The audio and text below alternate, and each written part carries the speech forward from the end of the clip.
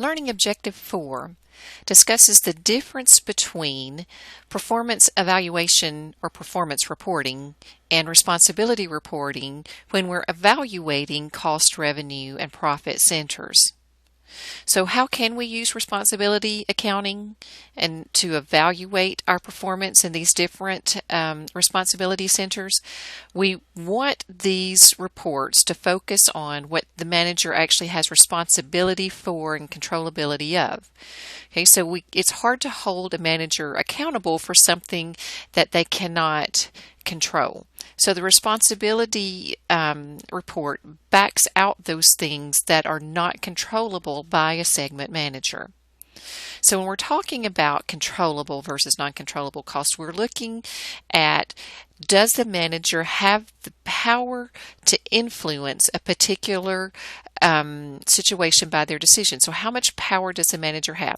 If they have no control over the investments in property, plant, and equipment, then we probably shouldn't hold them accountable for the depreciation of that property, plant, and equipment.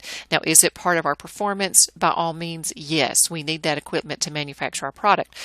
But is the manager, should they be held responsible for the depreciation on that equipment? Maybe not. Okay, we have to understand upper level management has control over more costs than someone in a lower level management position. So we may have to generate a variety of responsibility reports for different levels of management in our organization. So we're completing, like we said, the report for managers in each responsibility center. This could be the cost, revenue, profit, investment. And so we're going to use these responsibility reports to help us evaluate performance, budgeting variances, what we can do to improve that particular subunit as a result. But when we're looking at these variances, we need to realize that, once again, some of those are not controllable by that particular responsibility center's management, and we need to be able to identify those. So let's start with cost centers. Remember, we said those people are responsible only for cost. Can they manufacture a product as efficiently as possible? And so we would consider the flexible budget variance for each cost. And if you'll remember, when we're calculating the budget variance for labor and overhead and materials, what we want to identify is those changes that were a result of paying more or less for our product or our salaries, and not necessarily changes in sales or production. Okay, only those related to the cost center.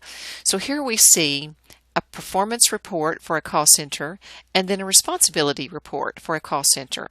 And if this is our payroll department, they're not out generating sales, but they are a necessary part of our organization. They are a cost center.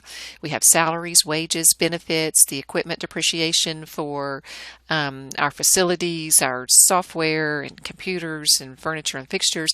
We have supplies and other expenses. So if we want to evaluate how well the payroll department is performing, we're going to look at the actual results for all these products compared to the budgeted results for all these products and identify our flexible budget. Where are areas such as payroll benefits, wages, supplies, and things? Where are those areas where we have unfavorable variances? Now, when I actually want to hold the manager accountable in a responsibility report for things that he or she could control, if you'll notice, we only have wages, supplies, and other expenses. We've backed out payroll benefits. So the payroll manager is not responsible for deciding what benefits the corporation is providing to their employees. They're not responsible for deciding where their office is going to be or what equipment fills that office. And so these have been removed from the responsibility report because they are not controllable by the cost center's manager. In the revenue center, we want to focus on the opposite side, revenues. So we're going to look at the budget variance and the sales volume variance. So remember, when we're talking about volume, am I able to sell more or less than I thought I was going to sell? But we'll also look at the price variance as well. So let's take a look at a responsibility report for a revenue center. And in this case, we're looking at a change in volume. My static budget said that we should produce, that we should sell 80 tablets. but we actually sold 90. Okay, so here's our volume difference. So if I'm evaluating the manager for this revenue center, they have done well by selling more units than we anticipated they were going to sell. We also want to look at the fact that we had estimated sales should be 45,000 for 90 units, but we actually generated sales of 47,250 for 90 units. So not only did we sell 10 more units than we thought we were going to sell, we also sold them at a higher price than what we thought we were going to sell them for. Okay, so these are positive attributes for the manager of this revenue center. Now, profit centers, we're looking at both generating revenues and controlling costs, and so we'll look at variances from both of those perspectives. So in our performance report for the profit center, okay, we see sales less variable expenses as contribution margin, but we also see traceable fixed expenses. So remember, there are some duplications going on, as we mentioned. So if my corporate office can decide, okay, these are fixed costs tied to my entire organization as a whole, but these are the fixed expenses that I can actually trace back to this particular profit center. And so we can see that we actually we call this segment margin. So instead of just contribution margin, we have this new phrase called segment margin. And our actual segment margin was significantly higher than our budgeted margin. But this is once again, this is our performance report. If you are responsible for this profit center, do you really want to be held accountable for these traceable fixed costs that you had no control over?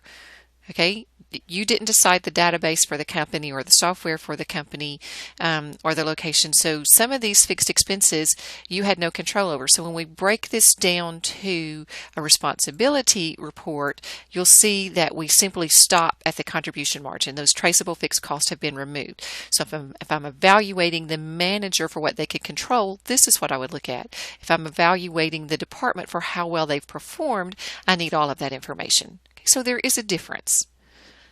All right, so once again, stop and take some notes. We're going to come back and briefly address what key performance indicators we can use to evaluate an investment center